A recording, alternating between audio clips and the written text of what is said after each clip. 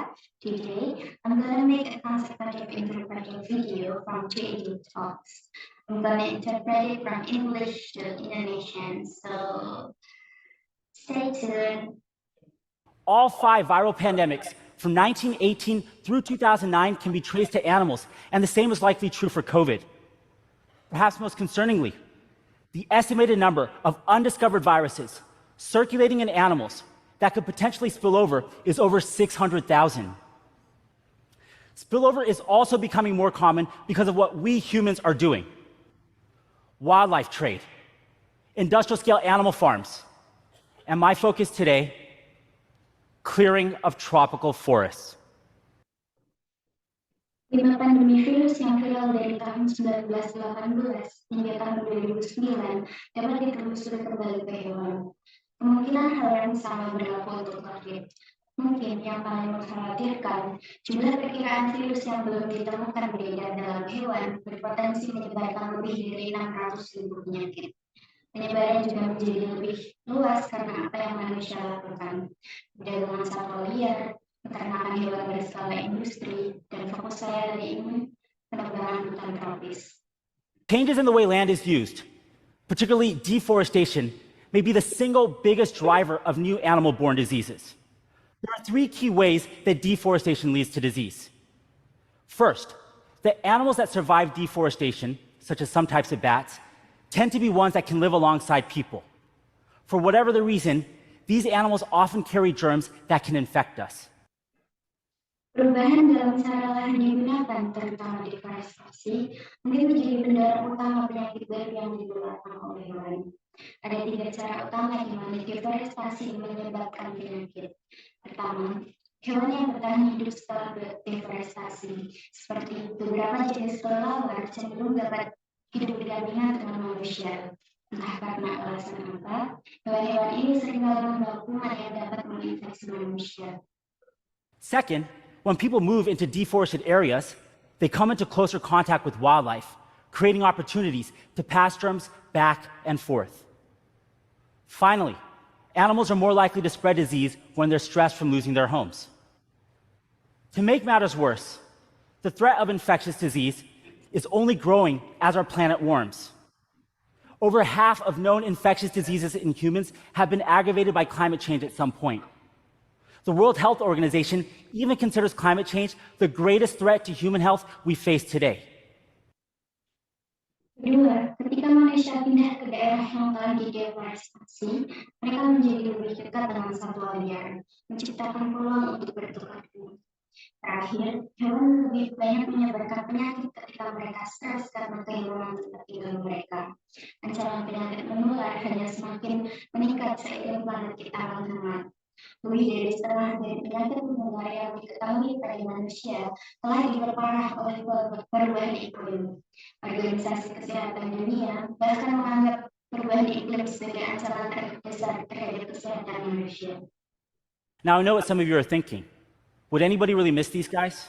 If we killed the bats, wouldn't that solve our problem? Of course not. And I'm not just saying that because bats are my second favorite group of animals after snakes. Sekarang, saya tahu apa yang Anda pikirkan. Apakah benar-benar ada yang akan ingat kelelawar? Jika kita membunuh kelelawar, apakah itu akan menyelesaikan masalah kita? Tentu tidak. Dan saya tidak hanya mengatakan itu karena kelelawar adalah kelompok hewan favorit kedua saya setelah ular. If anything, we just get exposed to more viruses when killing them. We also depend upon bats for pollination and insect control.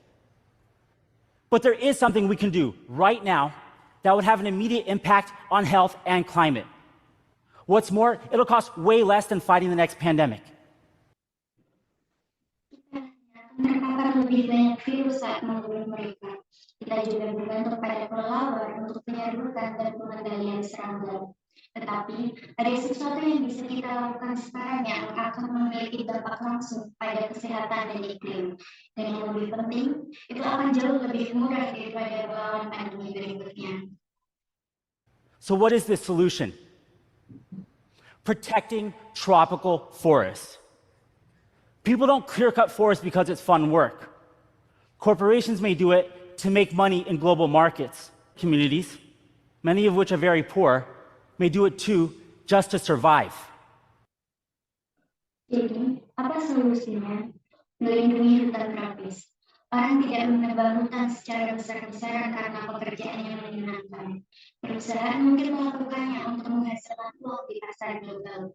Masyarakat di hutan tropis, banyak di antaranya sangat miskin, dan melakukannya juga hanya untuk bertahan hidup. Understanding these dynamics gives us a roadmap to reverse it. In the early 2000s, for example, Brazilian government officials monitored forest loss with satellites and cracked down on illegal deforestation. They returned territory to indigenous peoples who have successfully managed the Amazon for thousands of years.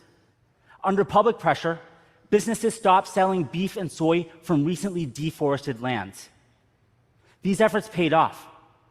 From 2004 to 2012, Memahami dinamika ini memberikan kita jalan untuk membalikannya. Misalnya, pada awal tahun 2000-an, pejabat pemerintah Brasil memantau kehilangan hutan dengan satelit dan menindak ilegal deforestasi. Mereka mengembalikan wilayah kepada suku-suku pribumi yang telah berhasil mengelola hutan Amazon selama ribuan tahun. Di bawah tekanan publik, bisnis berhenti menjual daging sapi dan kedelai dari lahan yang baru saja dikembali. these efforts paid off.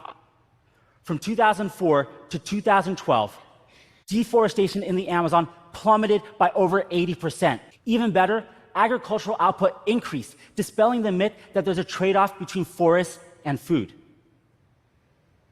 But here's the tricky thing about deforestation. It's hyper-local. There's no one-size-fits-all solution. That means, above all else, we need to listen. That may sound a little fluffy, but bear with me. Upaya ini berhasil. Dari tahun 2004 hingga 2012, deforestasi di hutan Amazon turun lebih dari 80%. Bahkan, produksi pertanian meningkat, membantah mitos bahwa ada pengorbanan antara hutan dan pangan. Tapi inilah hal sulit tentang deforestasi. Ini sangat lokal. Tidak ada solusi yang cocok untuk semua. Itu berarti di atas segalanya kita perlu mendengarkan. Itu mungkin terdengar sedikit takut, tetapi berseralah dengan saya.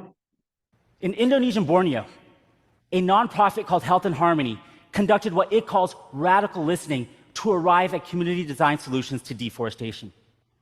Communities concluded that deforestation could be reversed if they had quality healthcare and better jobs. So the nonprofit, along with local partners, built a clinic. They trained community members to farm organically. They invested in youth education. Lo and behold, the communities were right. Over the next decade, deforestation dropped. Meanwhile, health improved. Infant mortality decreased by 2/3. Di Indonesia, Borneo, sebuah organisasi nirlaba bernama Health and Harmony melakukan pendengaran radikal untuk mencapai solusi-solusi dari masyarakat terkait deforestasi. Masyarakat menyimpulkan bahwa deforestasi dapat dibalik jika mereka memiliki layanan kesehatan berkualitas dan pekerjaan yang lebih baik. Jadi, nirlaba ini bersama dengan mitra lokal membangun sebuah klinik. Mereka melatih anggota masyarakat untuk bercocok tanam secara organik. Mereka berinvestasi dalam pendidikan anak muda. Lihatlah, masyarakat benar. Selama 1 dekade berikutnya, deforestasi menurun. Sementara itu, kesehatan meningkat. Angka kematian bayi menurun 2/3. What we see here is that people and planet don't need to be in conflict. We have solutions to address deforestation.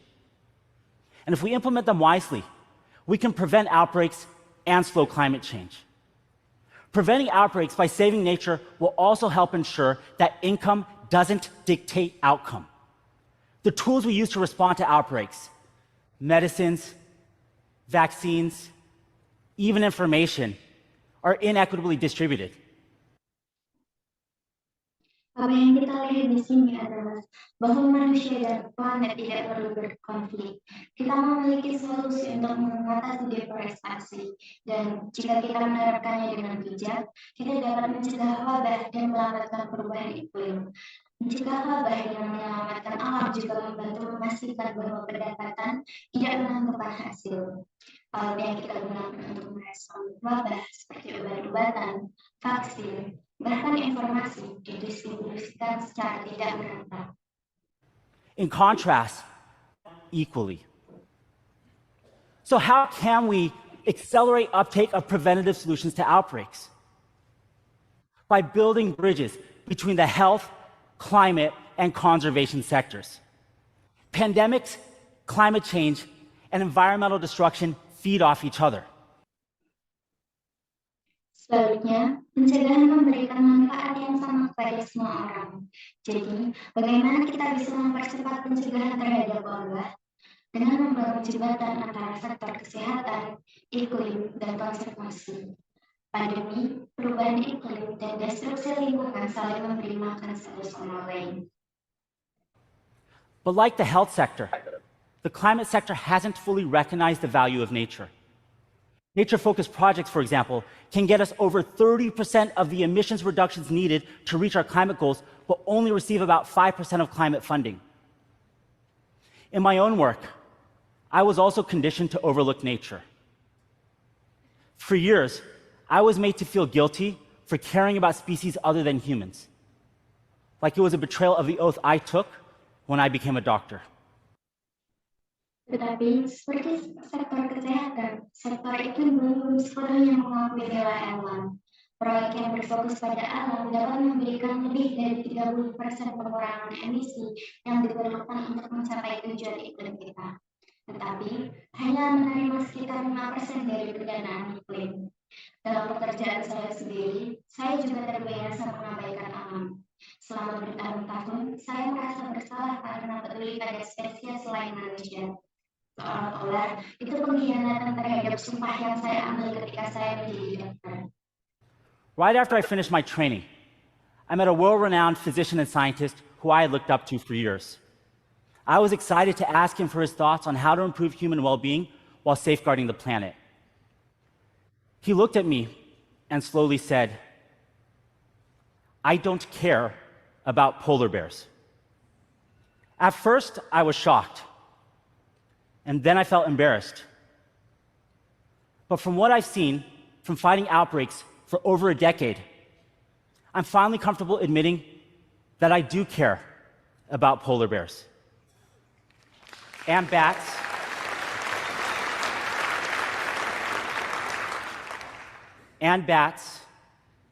and forests and people. We all need to. Because there is no human health or animal health or environmental health. They're one and the same. Tepat setelah saya menyelesaikan pelatihan saya bertemu dengan seorang dokter dan ilmuwan terkenal dunia yang telah saya temui selama bertahun-tahun. Saya senang bertanya kepadanya tentang pemikirannya tentang bagaimana meningkatkan kesejahteraan manusia sambil melindungi planet ini. Dia melihat saya dan perlahan berkata, "Saya tidak peduli dengan beruang kutub." Awalnya, saya terkejut dan kemudian saya merasa malu. Tetapi dari apa yang saya lihat dari wabah selama lebih dari 1 dekade, akhirnya saya merasa yakin mengakui bahwa saya peduli tentang beruang kutub, kelelawar, hutan, dan manusia. Kita semua perlu peduli, karena tidak ada kesehatan manusia atau kesehatan hewan atau kesehatan lingkungan. Mereka semua satu kesatuan. So that's all for the conservative interpreting video. Thank you for watching. See you in the next video. Bye bye. Assalamualaikum warahmatullahi wabarakatuh.